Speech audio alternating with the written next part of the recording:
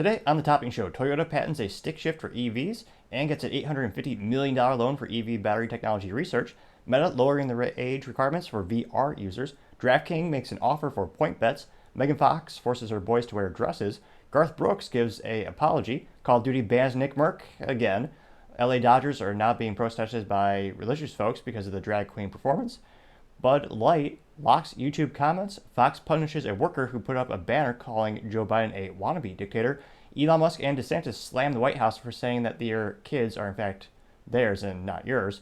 And Spotify to drop Meghan and Harry. All that and much, much more on The Topping Show.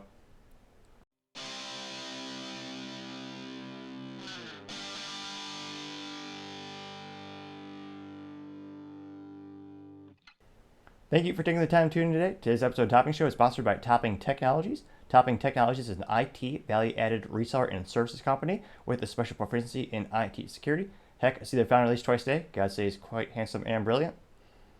He's me, that's the joke. If you're an IT leader or business owner, need a little assistance, you can reach the team at sales@toppingtechnologies.com. Now, going on to the business part of the podcast, you have Draftkings making an offer to buy out Pointbets American assets. Now, they made an all-cash offer of $195 million to the Australian-based company. And last month, you have Fanatics agreeing to buy the U.S. operation of Pointbets for $150 million. So you're seeing this industry of sports gambling exponentially increasing, and more people are getting excited about the opportunity to place bets on sports balls and all the excitedness. But at the same time, a big disclaimer would be you better be a computer or an engineer. I thought it was fascinating. There was a little mini documentary a couple years ago on the internet where the reporter looked into who is the number one winner of DraftKings. Is it a diehard fan who has studied every little statistic about baseball and all the best players, putting together the most best team because this person really just passionate about the sport and really knows the ins and outs, the rules, and the teams, and the players? No, quite the opposite. It was an engineer. And this engineer actually programmed a whole software suite for this. So he put a solution in which it absorbs all the data you could possibly gather on baseball, everything, not only the players, but all the stats, the weather, every variable you could possibly measure. This guy took into account, put it into a brain box computer, rudimentarily speaking, and it literally helped him be the number one winner year after year over year. So again, if you want to win DraftKings or any of those sports betting apparatuses, you better be an engineer because the real fans, they're not making really any money on it. Now, other interesting business news, you have Meta, which is the rebranded name of Facebook, lowering the age of VR users. Now, the company is now going to lower the age requirement from 13 to 10 years old to use their nerd goggles. Because, kids are spending too much damn time outside getting exercise, learning real world application, skill sets. No, they need to have smartphones strapped to their head 24/7. Now, the company claims that they will need parental permission. But of course, as we all know, kids are pretty good at technology, and they'll be able to override that little parental guideline or disclaimer or a little requirement pretty much immediately.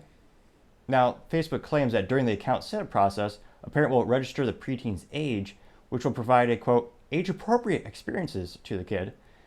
And parents will, quote, control whether their preteen can download or use an app, and parents can block access to apps at any time, unquote.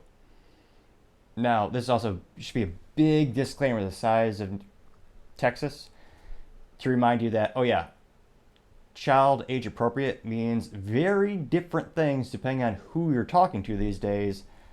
So yeah, I wouldn't take the word of a tech company that you don't know that doesn't have your best interest at heart. And again, just another unnecessary thing to push kids on. Should they learn about finances or maybe learn some skills that will pay off in the long run? Nope, I would venture to say 1% of the content on the Facebook VR Meta experience, whatever you call it, would be actually constructive. And time shall tell to see how this further erodes the intelligence of Americans. Time shall tell. Now, other interesting news in the business world, you have Toyota filing patents for an EV with a stick shift. And the company, like many other companies, are trying to combat the overwhelmingly boringness of EV vehicles. And I know everyone on the planet will say you have, 100% torque, you have max torque at 0 RPM immediately. It's like a toy. Yes, it is like a toy. And I know the fastest car in the world will eventually be just a computer, which again, you don't really have to put any input into. Thanks to Dodge, they have the new Dodge Challenger 0 to 60 1.66 seconds.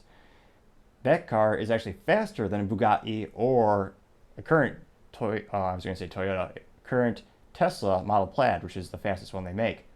But subsequently, I'm sure the newest car, the fastest car in the world, will be an EV, because again, it's just the technology.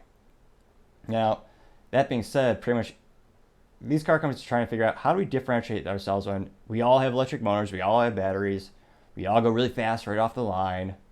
And Toyota, give them credit, it is a fascinating idea to try to emulate the stick shift. And they say it will have a third pedal. So in the patents, the third pedal is there. That being said, it's not going to actuate or actually have a clutch, or it's really, really unusual. Now, they went on to say that instead, a shifter would be connected to a series of sensors and a central computer programmed to mimic the feel of the car in a manual transmission. Since not all the cars with manual transmissions are the same, they'll have different engines and different transmissions with different number of gears, and the central computer would be programmed to imitate a specific sort of manual transmission in a car. Even weirdly enough, to complete the experience, the driver will have a clutch pedal in addition to the usual brake and accelerator, and if they mess up, it will actually mimic stalling the car. Now, in a traditional 3-pedal vehicle, which every American should always take the time to go out of their way to learn, it's a fun experience in and of itself. But if you haven't had the opportunity, I'll simply explain. If you have an instance where you let the clutch go all the way and you don't push the accelerator all the way, you're going to have that big discrepancy of the speeds, and you'll cause the car to stall, which will stop and kill the engine. So that's how you stall a car. Now, it'll be interesting. So they're trying to mimic that, but again, the third pedal isn't going anywhere. It's a novel idea, and I appreciate them thinking outside the box. But part of me just thinks I would really respect companies more if they just push back on all these EPA regulations and push for carve-outs for sports passionate vehicles. Like with the emission standards and the tailpipe standards, it's a de facto ban on pretty much all internal combustion engines, because the only way you can meet a fleet average, the average of the whole fleet from cars to trucks to SUVs, is to use EVs or maybe a nuclear powered car, but no one wants to have that yet. But it'll be interesting to see how could they try to make it more exciting. So I do applaud Toyota. It is fascinating engineering. It might be an interesting novelty. And time shall tell. There's a lot of the automotive community. There's a lot of split between the 3 people who love EVs and all the other folks who really are passionate about cars that'll last 100 years, because there's no batteries that go bad after like 3 years. But with internal combustion engines, there's many more variables and different things that make each different vehicle by different brands more unique and gives you a much more unique experience. Many of the purists, including myself, would say. And time shall tell to see if this is a positive venture and a fiscal benefit for Toyota as they try to differentiate themselves from the pack. Other interesting business news, Toyota, again, they're getting an $850 million loan from Japan. Now, this is specifically from the Japan Ministry of Economic Trade and Industry, and it's going to be for the development of storage batteries for automotive. Now, Japan's been a little bit worried in terms of the global economy when it comes to EVs and automotives, because for pretty much all my lifetime, the most reliable car on the planet is a Toyota, which I would also argue because it's an internal combustion engine that can last 1,000,000 miles, which the current technology will have will not happen with an EV. Never. It's just the batteries, just like your smartphone. Right now, EV cars are just bigger smartphones. The batteries die, they degrade, and because of the cost of batteries, it's the most fiscally expensive part of the vehicle. It makes it prohibitive to actually replace the battery, just toss it out like an old smartphone. On the opposite side, you have the Toyota Corolla, the best-selling car in history by number of units sold. And those things are so overly engineered. The quality is so great. I know it's not a Ferrari or a Corvette. Well, Corvette with the stick shift, the new one. Yeah. But it serves a great place in the automotive community and also just giving people a reliable, economical way to get to work and live their lives and have a long return on investment that actually is a good thing. Now, that being said, Japan's been a little bit slower compared to the globe in terms of automotive embracing the EV. I suspect partially because Toyota wants to be the most reliable car company on the planet. That can't happen with EVs with the current technology. Maybe they'll develop something better. That's partially probably what this is about. Now, they went on to say that by 2027, Toyota intends to have two next-gen batteries in production. The first is going to be a performance version, which uses the same NCM battery chemistry as its first EV, the BZF X, which I'm not a marketing genius. I know a little bit about what sells. I help my IT company with that regard. But that is the most boring, uninspiring name I could think of in years. I know BMW historically is one of the most known brands for using numbers and nomenclature as a tradition versus a traditional name like a Chevy Camaro that's a name for a car. BMW uses numbers like the Z4, and for Toyota to have the BZ4X, it's not very inspiring or memorable. It's even worse than now, the Toyota 86. That's easy. It's too, there's a certain beauty and simplicity, I understand, but a bizarre name in itself. But nevertheless, the other battery is going to be for 20% more range and 20% less cost, which is good. The key to EV technology long term, well, not only going to be a better, more sustainable actual ingredients, well, ingredients for food, components. You need components and you need materials that are cheaper, more locally sourced, and have a better long-term value. Right now, lithium ion it's not prohibitive to get, it is costly to get, and it's also a pain in the ass to recycle. It is extremely volatile. It's quite explosive, literally and metaphorically, but it's very expensive, and very few companies specialize in the actual practice of safely recycling those batteries. Anecdotally speaking, my tech company can recycle a whole warehouse of servers, storage, networking gear. The most expensive thing or the most hazardous thing in terms of the chemicals, it'll be that box of smartphones. That'll be the most expensive thing to recycle. Everything else is a lot easier to recycle and a lot less hazardous. Even lead acid batteries, they're not as combustible and they're not as volatile as lithium ion. Lead acid batteries are nearly infinitely recyclable. That's how Interstate Batteries is actually a green company. I mean green actually physically because they make money, but they actually have a life cycle management for the batteries in which they will recycle the old ones and make new ones from them. It's a big part of their business. And we will get there eventually, but again, they're going to have to be technological breakthroughs, which may happen in our lifetimes, that will make lithium a little bit more easier to recycle. And yes, the company is trying, and someday it might be fruitful, fiscally speaking, as well. Now, going on to the culture part of the podcast, you have Megan Fox forcing her boys to wear dresses. Now, this is reason 9,875,365 not to worship celebrities, because, again, it's just someone acting, and more often than not, they got a couple screws loose in their head. As actually, that even nowadays, that's probably politically a pejorative thing to say, but that's what my grandpa used to say. They got a couple of loose screws in their head. Now, this is according to Robbie Starbuck, which no relation to Starbucks, the coffee company. That is a big lost marketing opportunity. They should have hired him as some type of a brand ambassador just from the novelty of it. But again, I'm not in charge of Starbucks marketing yet. Now, the man witnessed two of her boys having a full breakdown, saying that they were forced by their mom to wear girl clothing as their nanny attempted to console them. And another picture of her boys having, I don't know how you say it, girl length hair, like beyond your shoulders, female length hair, and wearing short shorts, which aren't appropriate on anyone under 18.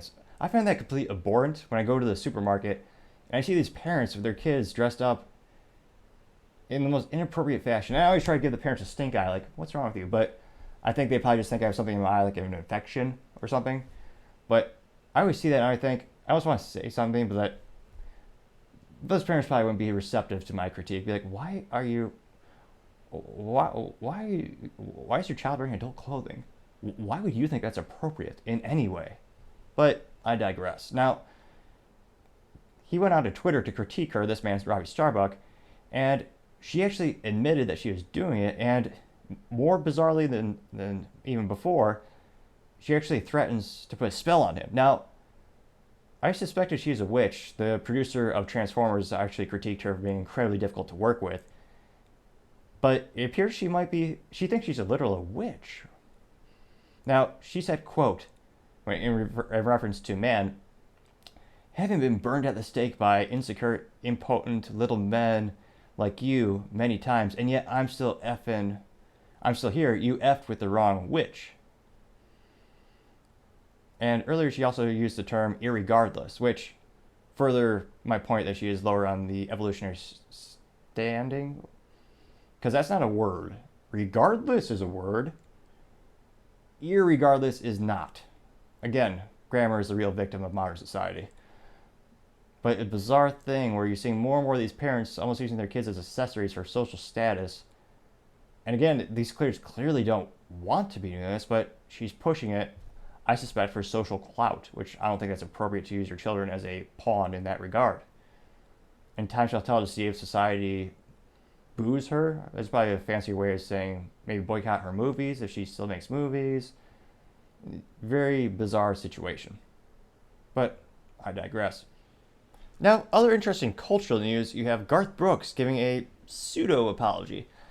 Now, he's opening up a bar over in Tennessee, and he's having more and more scrutiny as recently he's going to, someone asked, are you going to have Bud Light, which has had 2 months of negative sales and losing about $38 billion of market value? And they also famously had a spokesperson whose average age is 15, so that was, in my opinion, the big backlash from the boycott in general. And Garth Brooks described people who are doing the protests against Bud Light as a-holes. So he insulted a big part of his customer base, or prospective customer base, and people are starting to bring to light more and more of his political affiliations. Now, I know, it's not strictly speaking left versus right, but on average, country folks, country singers are more often than not politically on the right side of the political aisle. The big outlier in the past couple of years that I can think of in terms of people that have moved politically, you have Taylor Swift, who is much more on the left, and she's also, I believe, in her 40s and still writing songs about high school boys treating her wrong or something. It's actually really easy to predict all her songs. It's about men who mess up and are evil, and she's always perfect. I just summarized every album she's ever written and attempted to sing. But I digress. There was a little bit of backlash when she became more politically affiliated with the left side political aisle, and I suspect that a little bit more will come to light as Garth Brooks, his sales might decrease as well. So he actually sang at the past several presidential inauguration ceremonies, including former President Obama as well as Biden. But he was oddly, well, not too oddly, now that more people know he's more liberal, he was completely absent from former President Donald Trump's inauguration.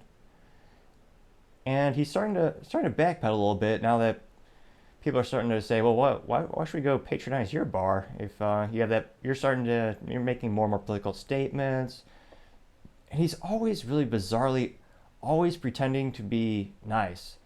And he always has that funny accent and like the serial killer eyes. He's like, I just want to be friends with everybody. I just want everyone to buy my albums. Everybody should buy my albums. They're the best. My fans, I like everyone.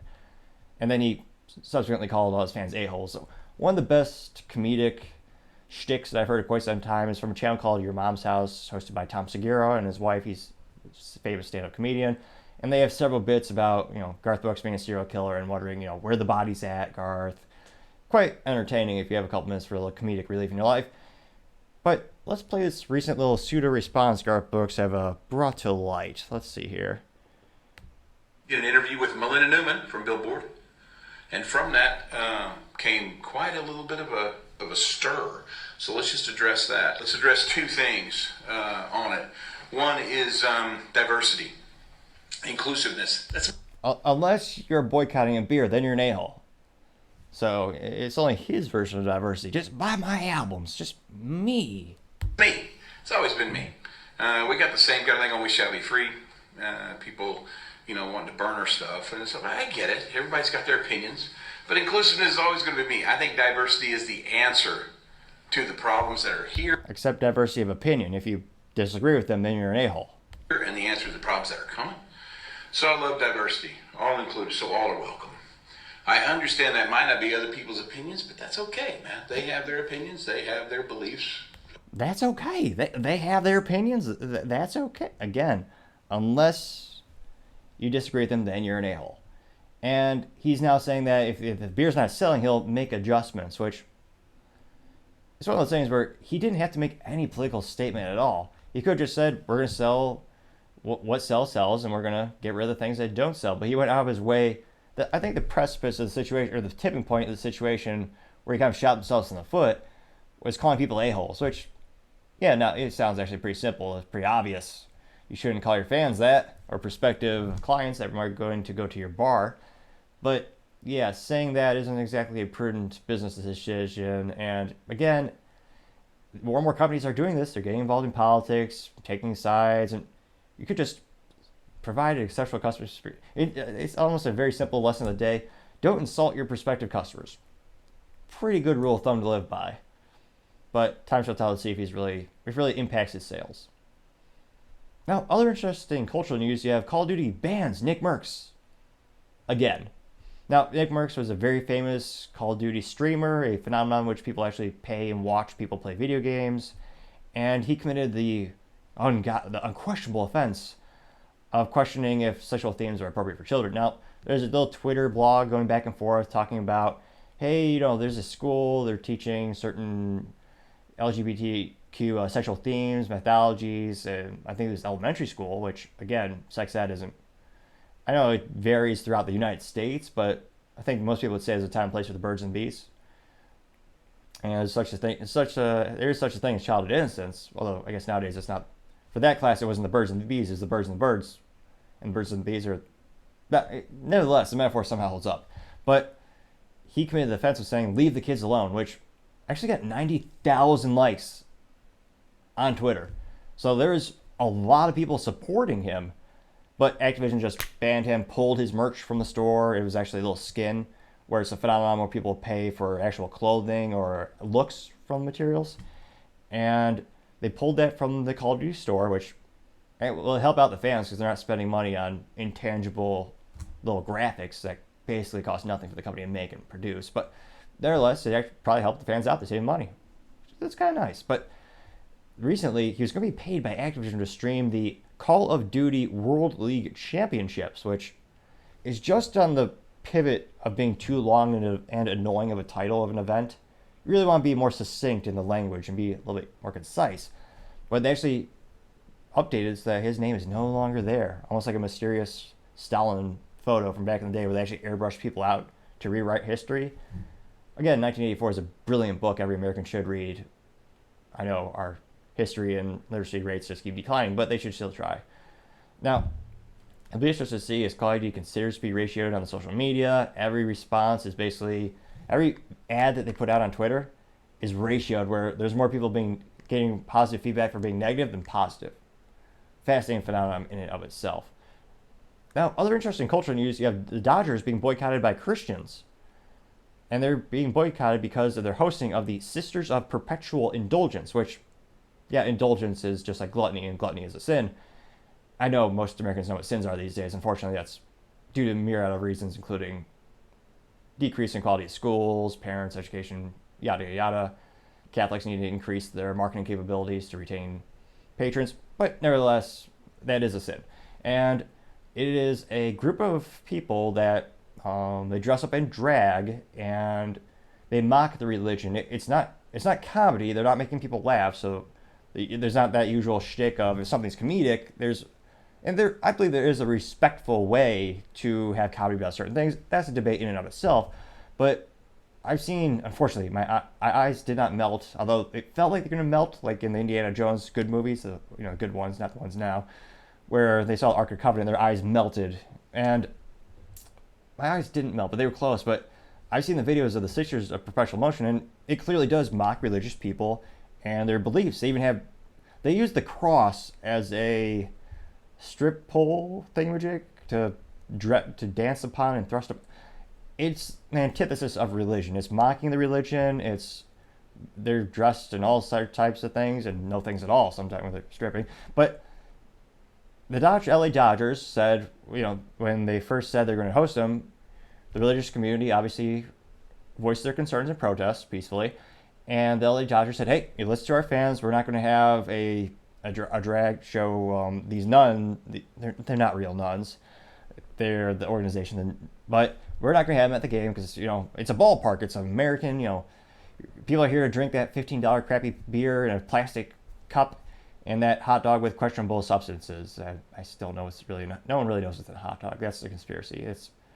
They say there's ingredients. There are ingredients, but the origins are unknown mostly. But nevertheless, the protest got bigger. So originally they said, nope, we're not going to have this group because of the first protest, which was by the religious community.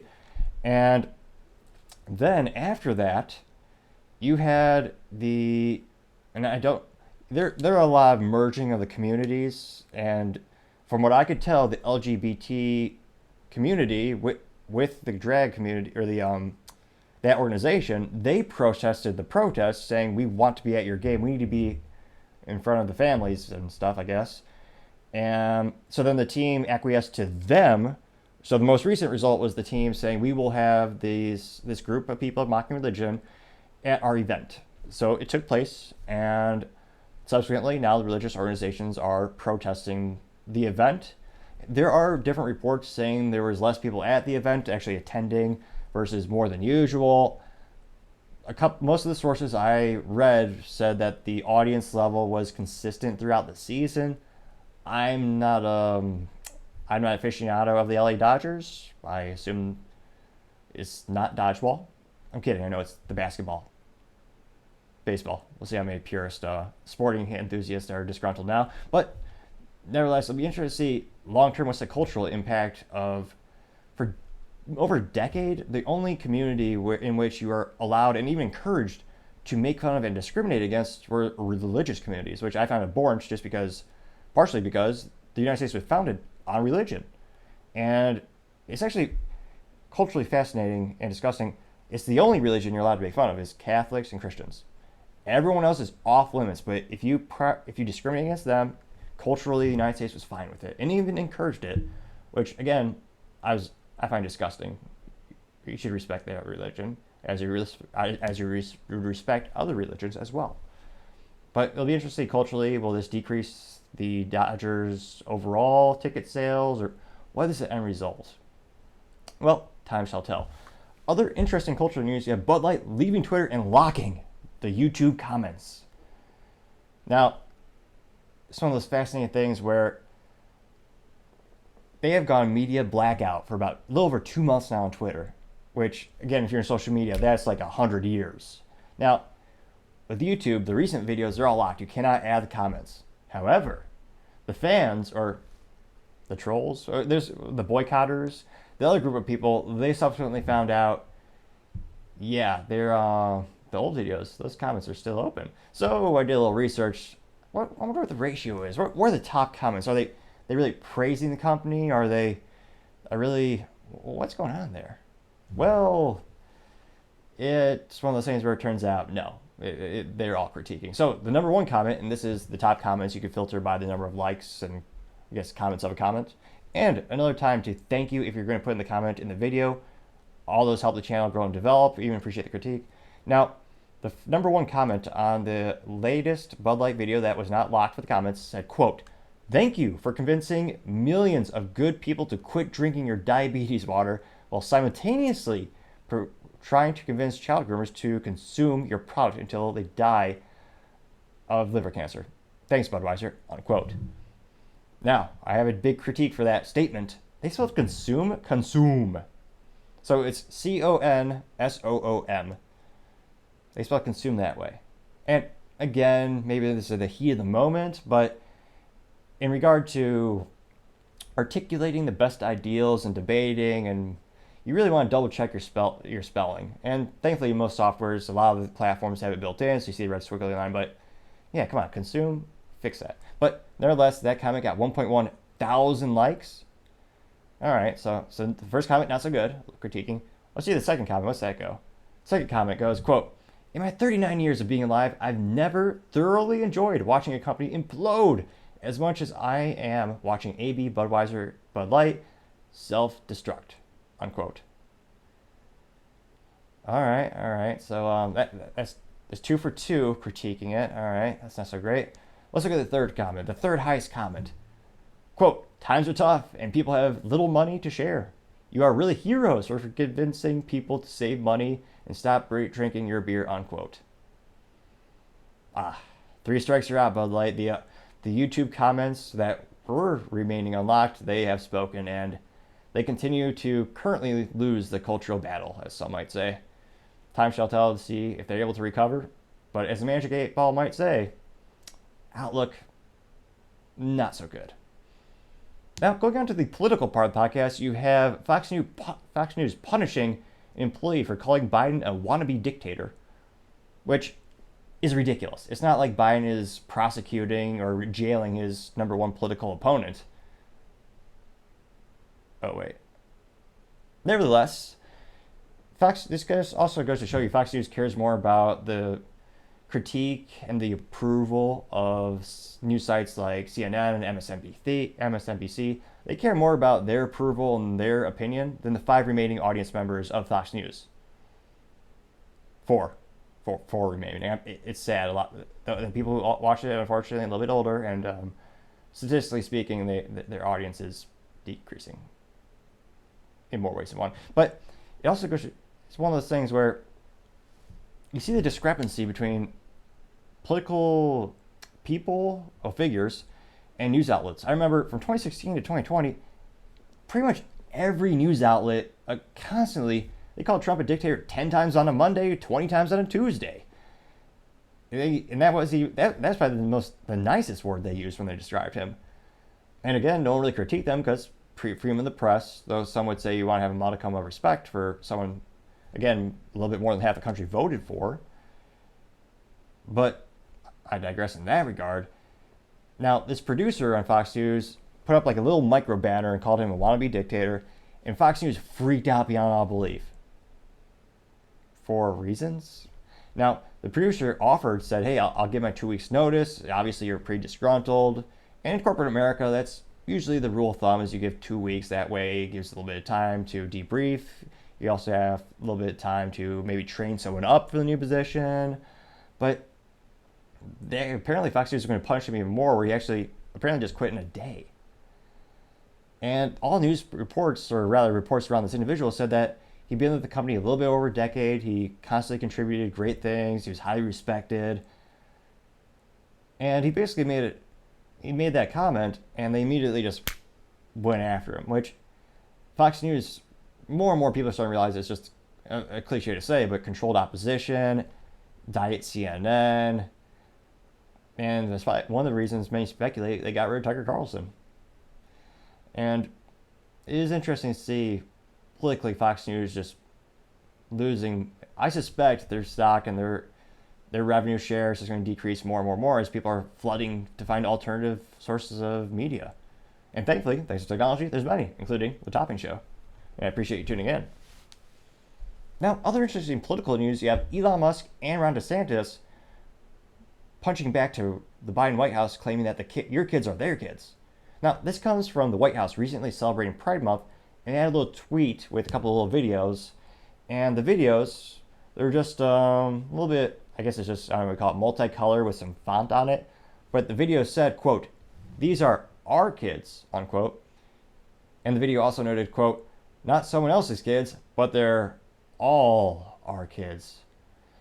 And they're really, I can't help but, when I read that, I can't help but picture someone who is like on this, like someone who is on meth, or someone who doesn't blink. Is like, your kids are our kids now. Like, I can't read that and not be freaked out.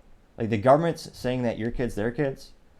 They're saying the quiet part out loud, which, ridiculous. Now, thankfully, there's a beautiful phenomenon. Sometimes it really makes you smile. It's called ratioed, as the youth might say, in which the critique of the original post is actually more popular than the actual post on Twitter. Now, the Twitter from the White House got about 12.6 thousand likes, or 12,600 likes. Now, Elon, his response to him, to that statement, he said, quote, "You are the government. You are not their, they are, I'm sorry, I butchered it.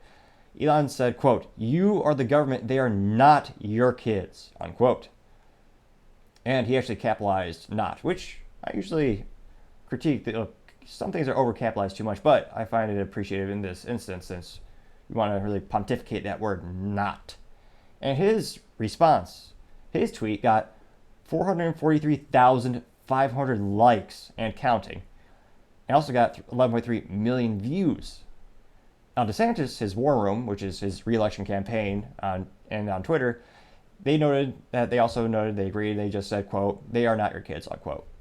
Now, in terms of a political movement on the chessboard, there's a very prudent decision, I think, since that message will resonate with a lot of the DeSantis voters. Now, I almost don't think it's a political blunder on Biden's part, since this theme of your kids are our kids has been around for decades. It's more in your face now, but it's not a new concept. There's been books throughout history where the government tries to take away your kids, or they think it's their property or their responsibility. Just wind back the clock a couple years ago, Hillary Clinton had a similar analogy where she emphasized the point of it's not the parents, it takes a village to raise the kids. It's not the parents. A little bit of a different spin on the idea, but the same core concept. So given that they've had that theme for many, many, many, many years, I don't even think, maybe Biden will lose half a percentage point in the polls.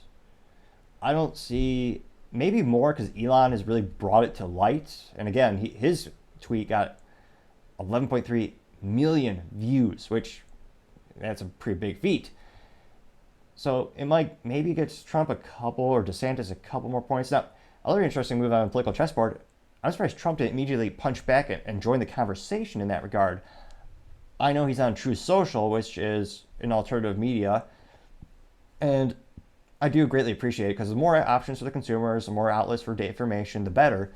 The only downside of Truth Social is that there's a more narrow audience, and the issue Trump is going to have is those people already love Trump.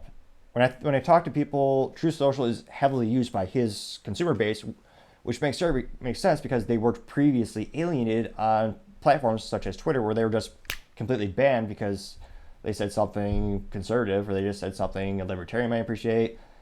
They didn't stick to the mold, so to say. So they were completely just kicked off the platform.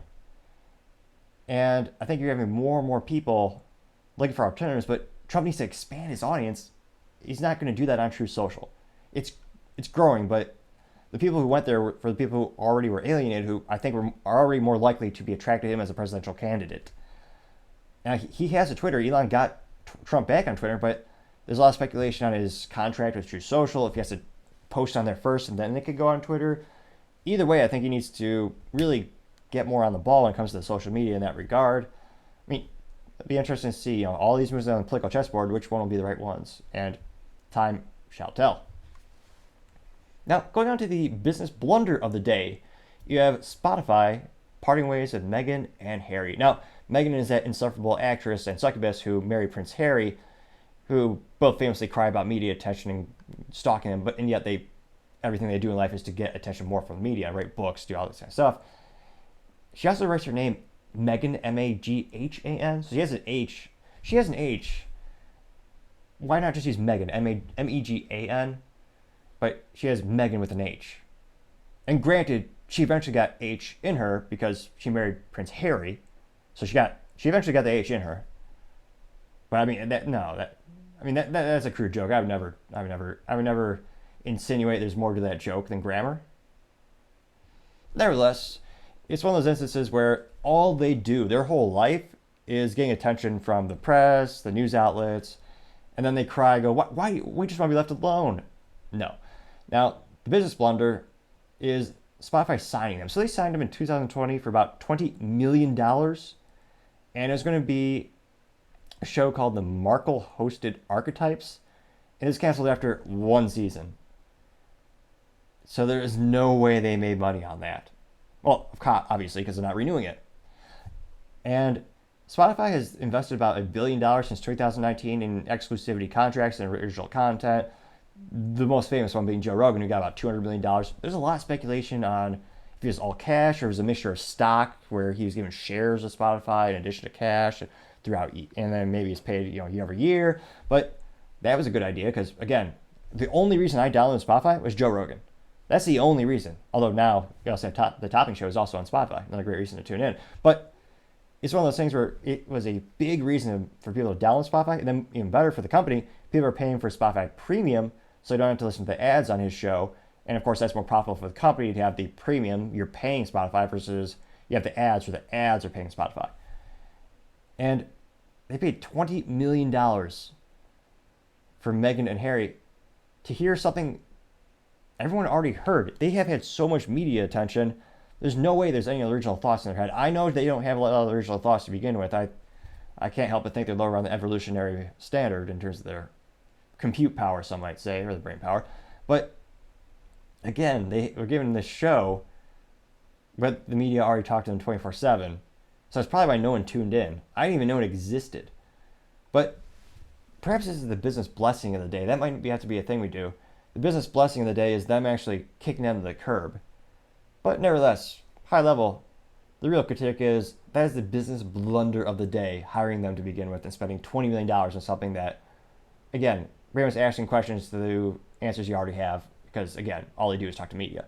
The business blunder of the day has to be them paying them to begin with $20 million.